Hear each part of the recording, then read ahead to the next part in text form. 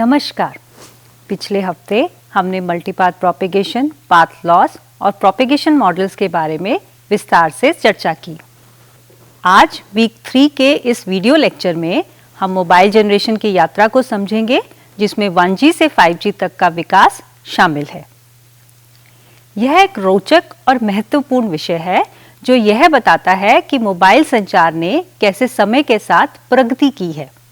आइए शुरू करते हैं।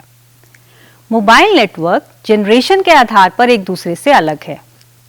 जैसा कि हमने परिचय वीडियो में देखा था, मोबाइल तकनीक लगातार विकसित हो रही है और यह दो कारणों से प्रेरित है: स्मार्टफोन यूजर्स की संख्या में वृद्धि और प्रति स्मार्टफोन औसत उपयोग में वृद्धि। आइए बात करते हैं 1G के बारे में। 1G यानी फर्स्ट जनरेशन। मार्टिन कूपर के मोबाइल फोन इन्वेंशन के कारण कम्युनिकेशन की दुनिया में बड़ा परिवर्तन आया। मोटोरोला डायनाटेक को पहला प्रैक्टिकल सेलफोन कहा गया। यह करीब 9 इंच लंबा था और इसका वजन करीब 1 किलोग्राम था।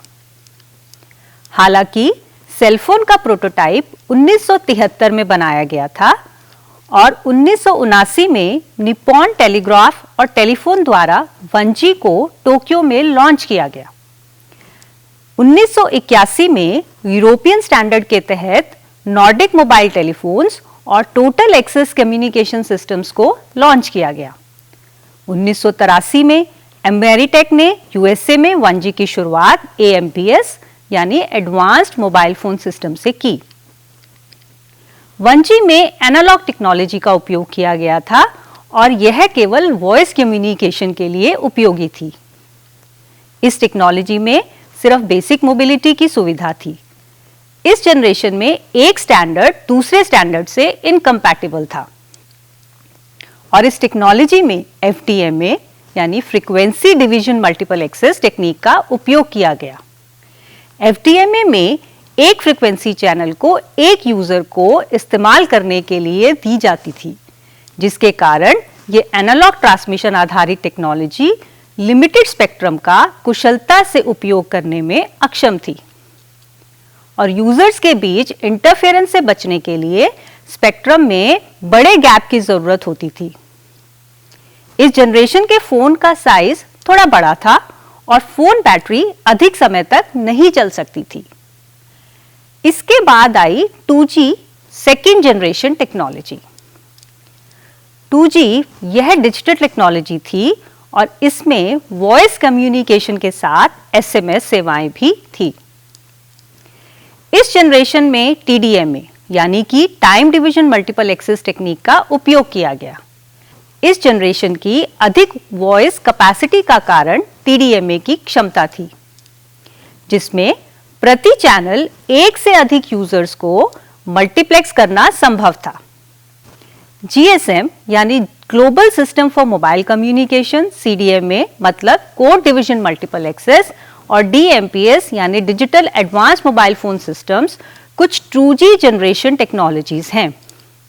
GSM के प्रति चैनल 200 किलोहर्ट्ज की बैंडविड्थ का उपयोग किया जाता है और CDMA में 1.25 मेगाहर्ट्ज की चैनल बैंडविड्थ का उपयोग किया गया। हम आज भी 2G टेक्नोलॉजी का उपयोग कर रहे हैं। आइए अब जानते हैं GPRS के बारे में। GPRS की फुल फॉर्म है जनरल पैकेट रेडियो सर्विसेज। इस तकनीक ने मोबाइल डेटा कनेक्टिविटी के क्षेत्र में एक बड़ा कदम बढ़ाया है। इसका टेक्निकल नाम 2.5G है, क्योंकि यह packet switch 2G GSM cellular network पर आधारित तकनीक है।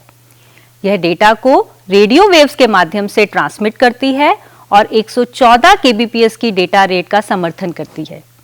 GPRS ने सेलुलर नेटवर्क्स के बीच डेटा संचार में एक महत्वपूर्ण योगदान किया, जिससे यूजर्स को तेज और विश्वसनीय संचार का अनुभव हुआ। स्क्रीन पर आप GPRS का सिग्नल देख सकते हैं। नेटवर्क से डेटा कनेक्शन मिलने पर यह सिंबल आप मोबाइल स्क्रीन पर देख सकते हैं। अब हम चर्चा करते हैं एज तकनीक के बारे में। Enhanced data rate for GSM evolution यानी एज एक तकनीक है जो GPRS सिस्टम द्वारा समर्थित डेटा रेट को 384 kbps तक बढ़ाती है। एज में 8 PSK मतलब 8 फेज शिफ्ट कीइंग जैसी हाई मॉड्यूलेशन टेक्निक का यूज किया गया, जो GPRS के मुकाबले चैनल पर ज्यादा बिट्स पर सिंबल ट्रांसमिट करने की अनुमति देती है। यह इंटरनेट एवोल्यूशन का समय था। एज सेलुलर डेटा कनेक्शन मिलने पर यह सिंबल आपके मोबाइल स्क्रीन पर दिखाई देता है। अब बात करते हैं थर्ड जनरेशन। थर्ड जनरेशन यानी UMTS या यूनिवर्सल मोबाइल टेलीकम्युनिकेशन सर्विसेज। ये एक 3G टेक्नोलॉजी स्टैंडर्ड है जिसे 3GPP द्वारा विकसित किया गया था। 3GPP, जिसे थर्ड जनरेशन पार्टनरशिप प्रोजेक्ट कहा जाता है, यह संगठन 7 टेलीकम्युनिकेशन स्टैंडर्ड डेवलपमेंट ऑर्गेनाइजेशंस की साझेदारी पर आधारित है और इसका उद्देश्य टेक्निकल स्पेसिफिकेशंस और टेक्निकल रिपोर्ट्स बनाना था जो 3G मोबाइल सिस्टम को समर्थित करे। 3GPP ने 3 प्रमुख क्षेत्रों में स्टैंडर्ड डेवलपमेंट किया: रेडियो इंटरफेस, कोर नेटवर्क्स और सर्विसेज। रेडियो इंटरफेस मतलब आपके मोबाइल फोन से लेके टावर तक के कनेक्शन को रेडियो इंटरफेस कहते हैं। कोर नेटवर्क्स यानी जो नेटवर्क बैकएंड पे यूज किया जा रहा है वो कोर नेटवर्क है, और सर्विसेज जो सेवाएं आप अपने मोबाइल फोन पर ले रहे हैं वो सर्विसेज है। 3GPP ने UMTS का पहला संस्करण रिलीज 99 के नाम से 1999 में निकाला। इसमें चैनल बैंडविड्थ 5 मेगाहर्ट्ज की गई, जो अधिक चैनल बैंडविड्थ का मतलब होता था अधिक डेटा स्पीड। यह wide band code division multiple access technique पर आधारित टेक्नोलॉजी थी और 3G ने एक नए युग की शुरुआत की। इसमें यूनिवर्सल ग्लोबल रोमिंग और मल्टीमीडिया सेवाएं शामिल थी, जैसे कि video transmission. High data rates के साथ 3G टेक्नोलॉजी ने 384 kbps आउटडोर में और 2 Mbps इंडोर की डेटा दरें प्रदान की। इस तकनीक ने स्पेक्ट्रम का कुशल उपयोग तथा हाई कैपेसिटी भी प्रदान की। 3G ने मोबाइल और इंटरनेट, दो सबसे तेजी से विकसित हो रहे क्षेत्रों को एक साथ लाने का काम किया। इससे यूजर्स को एक नया संचार अनुभव हुआ। मोबाइल में 3G नेटवर्क कनेक्शन होने पर स्क्रीन में यह सिंबल दिखाई देता है। अब तक हम मोबाइल से स्मार्टफोन तक का सफर पूरा कर चुके थे। इस टेक्नोलॉजी के सफर में आगे बढ़ते हुए अब हम बात करेंगे 3.5G के बारे में, जिसे हम एनहांस्ड मोबाइल कम्युनिकेशन कहते हैं। यह तकनीक हाई स्पीड पैकेट एक्सेस के नाम से भी जानी जाती है, यानी HSPA। इसका पहला हिस्सा है high speed download packet access, जिसे हम HSDPA कहते हैं। HSDPA 2002 में 3GPP के रिलीज 5 में आया। इस तकनीक के द्वारा डाउनलिंक स्पीड को वृद्धि दी गई और इसमें यूजर्स को 14.4 Mbps की डाउनलिंक स्पीड मिली। रिलीज 6 के तहत 2005 में HSUPA यानी कि high speed uplink packet access आया, जिसमें यूजर्स को 14.4 Mbps की डाउनलिंक स्पीड और 5.7 Mbps की अपलिंक स्पीड मिली। HSPA नेटवर्क कनेक्शन होने पर स्मार्टफोन स्क्रीन पर यह सिंबल दिखाई देता है। चलिए अब बात करते हैं HSPA प्लस के बारे में। HSPA प्लस या 3.75G।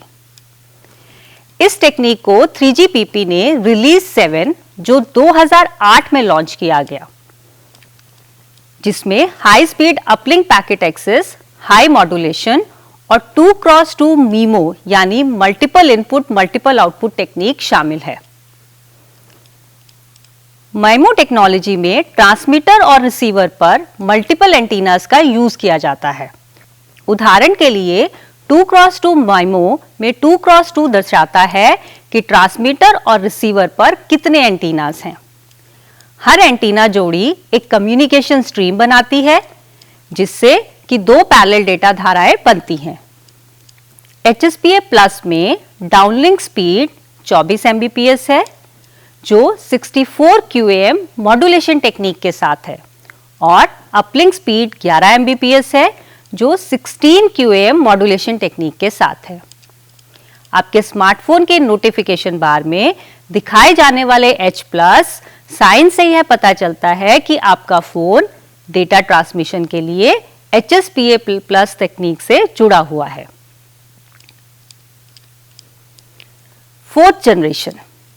स्मार्टफोन नोटिफिकेशन बार में दिखाए गए मोबाइल सिग्नल में सिंबल 4G का मतलब है कि अनुमत वायरलेस इंटरनेट एक्सेस 4G है। अब हम LTE या लॉन्ग टर्म इवोल्यूशन पर चर्चा करेंगे, जो कि 4G स्टैंडर्ड के रूप में प्रचलित है। International telecommunication union radio communication sector यानी ITU-R ने 4G स्टैंडर्ड के लिए आवश्यकताओं का एक सेट प्रदान किया है। इसमें डाउनलिंक स्पीड 100 Mbps से 1 Gbps तक और अपलिंक स्पीड 50 Mbps से 500 Mbps तक है। 4G स्पेक्ट्रम को फ्रीक्वेंसी डिवीजन ड्यूप्लेक्स यानी FDD और टाइम डिवीजन ड्यूप्लेक्स यानी TDD बैंड्स में डिवाइड किया जाता है। FDD और TDD दोनों ही डिफरेंट नेटवर्क रिक्वायरमेंट्स को ध्यान में रखकर इस्तेमाल होते हैं। जैसा कि आप स्क्रीन पर देख रहे टेबल में एग्जाम्पल के तौर पर दिखाए गए LTE TDD बैंड नंबर और उसकी फ्रीक्वेंसी देख सकते हैं। LTE TDD बैंड्स में फ्रीक्वेंसी को अपलिंक और डाउनलिंक में शेयर किया जाता है। जैसे बैंड नंबर 38 की फ्रीक्वेंसी है 2570 से 2620 मेगाहर्ट्ज, बैंड नंबर 40 की फ्रीक्वेंसी है 2300 से 2400 मेगाहर्ट्ज, बैंड नंबर 42 की फ्रीक्वेंसी है 3400 से 3600 मेगाहर्ट्ज। इसी तरह LTE FDD बैंड नंबर्स और उसकी फ्रीक्वेंसी भी डिफाइन की गई है। आप स्क्रीन पर कुछ LTE FDD बैंड्स की डिटेल्स देख सकते हैं। बैंड नंबर 1 की अपलिंक फ्रीक्वेंसी है 1920 से 1980 मेगाहर्ट्ज और डाउनलिंक फ्रीक्वेंसी है 2110 से 2170 मेगाहर्ट्ज। इसी तरह आप विभिन्न LTE FDD बैंड्स, नंबर्स और उनकी फ्रीक्वेंसी रेंजेस भी देख सकते हैं। स्पेक्ट्रम के अलावा 4G में बेहतर सिग्नल क्वालिटी और डेटा रेट के लिए MIMO यानी multiple input multiple output technique का यूज किया गया है। 4G में लेटेंसी 10 मिलीसेकंड से नीचे है और 4G में बाकी जनरेशन्स की तुलना में ज्यादा बैंडविड्थ का समर्थन है, जैसे कि 1.4, 3, 5, 10, 15 और 20 मेगाहर्ट्ज। 4G में एयर इंटरफेस में अपलिंक डायरेक्शन में SCFDMA यानी single carrier frequency division multiple access और डाउनलिंक में OFDMA यानी orthogonal frequency division multiple access का यूज किया गया है। 3G नेटवर्क की तुलना में 4G स्मूथ ट्रांजिशन को पॉसिबल बनाता है और 4G इंटरनेट कनेक्टिविटी में एक नए स्पीड स्टैंडर्ड को दर्शाता है। 2020 में स्टूडेंट्स और एम्प्लॉयज के लिए 4G ने ऑनलाइन शिक्षा और ऑनलाइन रिमोट वर्किंग की संभावनाओं को नई ऊंचाइयों तक पहुंचाया। मोबाइल कम्युनिकेशन की दुनिया बदल रही है और इस बदलाव में एक नई कड़ी है 5G। 5G एक नई तकनीकी युग की शुरुआत है, एक नया दौर जिसमें हमारा इंटरनेट तेज, अच्छा और हमेशा कनेक्टेड रहेगा। 3GPP ने 5G स्टैंडर्ड की योजना बनाई। 5G योजना के अनुसार यह एक ऐसी टेक्नोलॉजी है जो हाई कैपेसिटी, हाई स्पीड का समर्थन करेगी। 5G एक नए प्रकार का नेटवर्क है जो सब कुछ और हर किसी को जोड़ने के लिए डिजाइन किया गया है, जिसमें मशीनें, वस्तुएं और उपकरण शामिल हैं। 5G की कुछ की कैपेबिलिटीज इस प्रकार है। 5G में पीक डेटा रेट 20 Gbps तक डिफाइन किया गया है। स्पेक्ट्रल एफिशिएंसी की बात करें तो 30 बिट्स पर सेकेंड पर हर्ट्ज, यह 4G से 3 गुना बेहतर है। लेटेंसी 1 मिलीसेकंड तक, जो 4G से 10 गुना बेहतर है। कनेक्शन डेंसिटी 1 मिलियन यानी 10 लाख डिवाइस पर किलोमीटर की है और 5G radio standard 3GPP release 15 के साथ प्रकाशित हुआ है। 5G के साथ हमें मिलेगा एक नया अनुभव। चले देखते हैं 5G के कुछ मुख्य यूज केस। पहला यूज केस है एनहांस्ड मोबाइल ब्रॉडबैंड EMBB। इसके अंतर्गत सर्विसेज हैं gigabyte internet, 3D video streaming, ultra high definition screens, VR और AR आदि। दूसरा यूज केस है अल्ट्रा रिलायबल और low latency communication URLLC। URLLC को अल्ट्रा रिलायबल और लो लेटेंसी की डिमांड करने वाले एप्लीकेशंस की रिक्वायरमेंट को पूरा करने के लिए डिजाइन किया गया है, जैसे self driving car, industrial robot और ड्रोन आदि। इन सभी को 5G से मिलेगी एक नई दिशा। तीसरा यूज केस है मैसिव मशीन टाइप कम्युनिकेशन। आप MMTC नाम से अंदाजा लगा सकते हैं कि इस यूज केस में बड़ी संख्या में डिवाइसेस और सेंसर्स को नेटवर्क से जोड़ा जा सकता है, जिससे स्मार्ट सिटीज, स्मार्ट होम्स और भी कई इनोवेटिव एप्लीकेशंस इंप्लीमेंट किए जा सकते हैं। ये 3 यूज केसेस 5G की डाइवर्स कैपेबिलिटीज का प्रदर्शन करते हैं, जो कन्वेंशनल मोबाइल ब्रॉडबैंड से परे एप्लीकेशंस और सर्विसेज की एक व्यापक श्रृंखला को पूरा करते हैं। 5G से हम सभी को मिलेगा एक नए और कनेक्टेड विश्व का अनुभव। धन्यवाद।